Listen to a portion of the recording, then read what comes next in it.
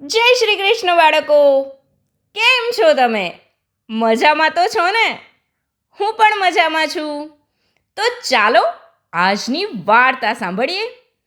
આજની વાર્તાનું નામ છે 21મી સદીના વાંદરા. અને આ વાર્તા લખી છે પ્રભુલાલ દોશીએ. તો ચાલો બાળકો, થોડા ઘણા મૌલિક ફેરફારો અને થોડા ઘણા વધારા સાથે આજની વાર્તા સાંભળીએ. તો બાળકો, ટોપીવાળો ફેરિયો એ વાળી વાર્તા ગયા વખતે તમે સાંભળી, ખરું ને? આ ટોપીવાળા ફેરિયાની વાતને ઘણા બધા વર્ષો વીતી ગયા. ત્યાર પછીની આજની વાત છે. એક ખૂબ જ રળિયામણું ગામ હતું. નામ હતું તેનું સુંદરપુર.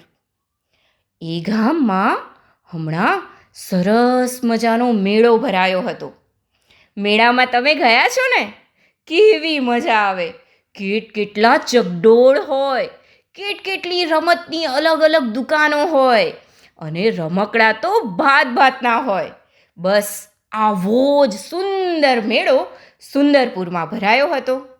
ને આ મેળામાં મજા કરવા સુંદરપુર ગામના અને આજુબાજુના ગામના લોકો ભેગા થયા હતા.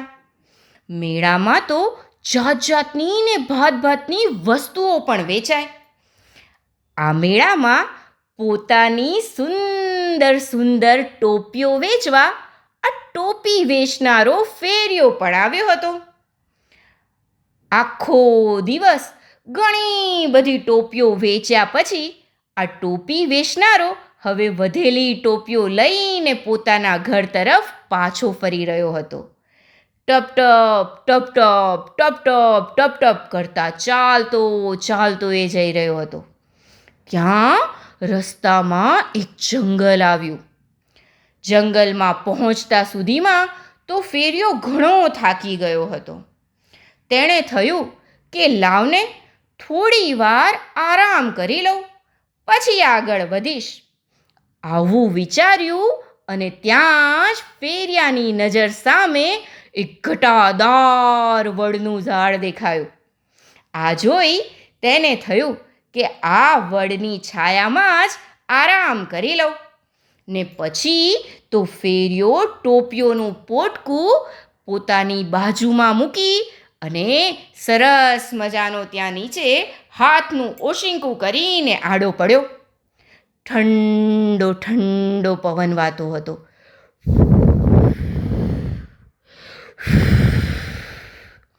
આ ઠંડા પવનમાં ફેરિયાને ક્યારે ઊંઘ આવી ગઈ તેની તેને ખુદ જ ખબર ના રહી. હવે બાળકો, અહીં વાત એમ હતી કે જે વડના ઝાડ નીચે ફેરિયો સૂતો હતો એ વડ ઉપર તો વાંદરાની એક મસ્તીખોર ટોળકી રહેતી હતી. થોડી જ વારમાં એક નાના બચ્ચાએ કિકિયારી કરી ને એની કિકિયારી સાંભળીને આજુબાજુના ઝાડ પર ગયેલા બધા જ વાંદરાઓ, એટલે કે વાંદરાનું આખું ટોળું હુપાહુપ કરતું હુપ કરતું ત્યાં આવી પહોંચ્યું. આ બચ્ચાએ સૌને પેલું પોટકું બતાવ્યું અને એ જોઈ બધા જ વાંદરાઓ રાજી થઈ ગયા ને હુપ કરવા લાગ્યા. વાંદરાનો સરદાર ઝડપથી નીચે ગયો અને પોટકું ઉપાડી લાવ્યો. પોટકું ખોલ્યું તો એની અંદરથી નીકળી ટોપીઓ, રંગબેરંગી ટોપીઓ, અલગ આકારની ટોપીઓ, જુદી ભાતવાળી ટોપીઓ. સરદાર અને બીજા વાંદરાઓ તો ટોપીઓ જોઈને ખુશ થઈ ગયા. ને પછી તો પેલા વાંદરાના સરદારે દરેક વાંદરાને એક ટોપી આપી. પછી તો આ વાંદરાઓ ટોપીઓ પહેરીને ખૂબ જ આનંદમાં આવીને નાચવા અને કૂદવા લાગ્યા, હુપાહુપ કરવા લાગ્યા. હુપ અને એક ઝાડની ડાળીથી બીજી ઝાડની ડાળીએ કૂદવા લાગ્યા. વાંદરાઓની આટલી બધી ધમાધમથી પેલા ફેરિયાની ઊંઘ ઉડી ગઈ. એણે જાગીને જોયું, એ આ શું? મારી ટોપીઓનું પોટકું ક્યાં ગયું? ત્યાં તો તેનું ધ્યાન પેલી ધમાધમ કરી રહેલી વાંદરા ટોળી પર પડ્યું. તેણે ઊંચે નજર કરી તો ઓહો હો હો હો હો, આ વડ તેમજ આજુબાજુના વૃક્ષો પર વાંદરાઓ માથા ઉપર ટોપી પહેરીને બેઠા હતા અને આનંદથી કિકિયારીઓ કરતા હતા. ફેરિયાએ વાંદરાઓ તરફ જોઈને પોતાના હાથના અલગ અલગ ઈશારા કરીને એમને ટોપીઓ નીચે નાખી દેવા કહ્યું. પણ આ વાંદરાઓ માને શાના હે? ફેરિયાના ઈશારાથી ઉલટાનું આ વાંદરાઓ તો દાંત કાઢવા લાગ્યા.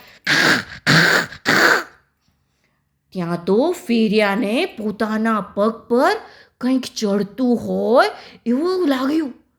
એટલે એણે તો નીચે જોયું અને જોયું તો મંકોડાભાઈ ચડતા હતા.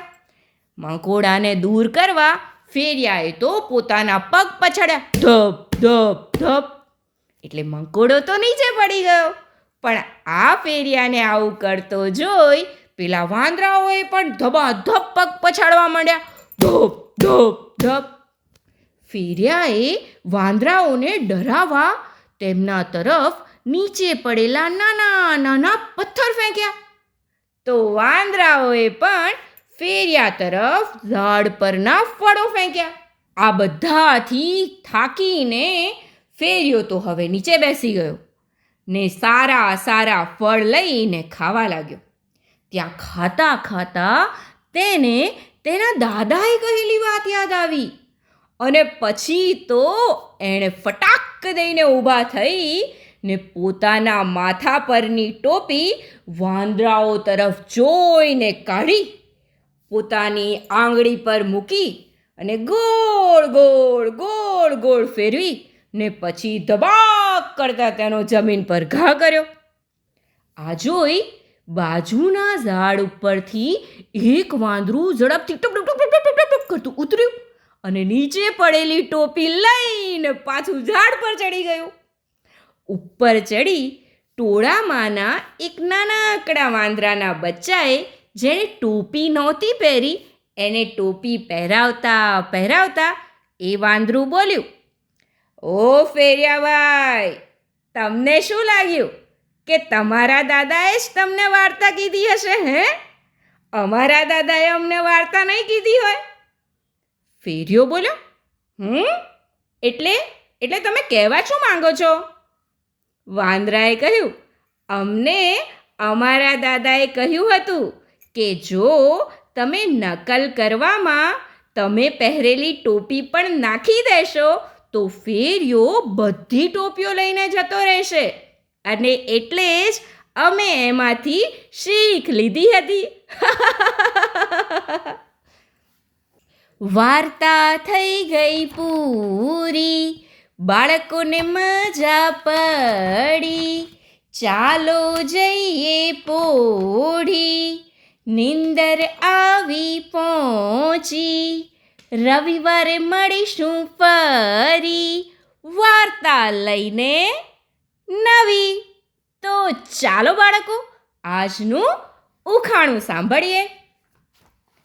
ઘેટા બકરાનો રાજા ને વનવગડામાં ફરતો, ધોકા ધાબળી લઈને હાથે, દૂધ દાળી એ પીતો. તો બોલો બોલો બાળકો, કોણ છું હું? આ ઉખાણાનો જવાબ તમે મને જરૂરથી મોકલાવજો. હું તમારા જવાબની રાહ જોઈશ. આવજો બાળકો. જય શ્રી કૃષ્ણ. નમો નમઃ.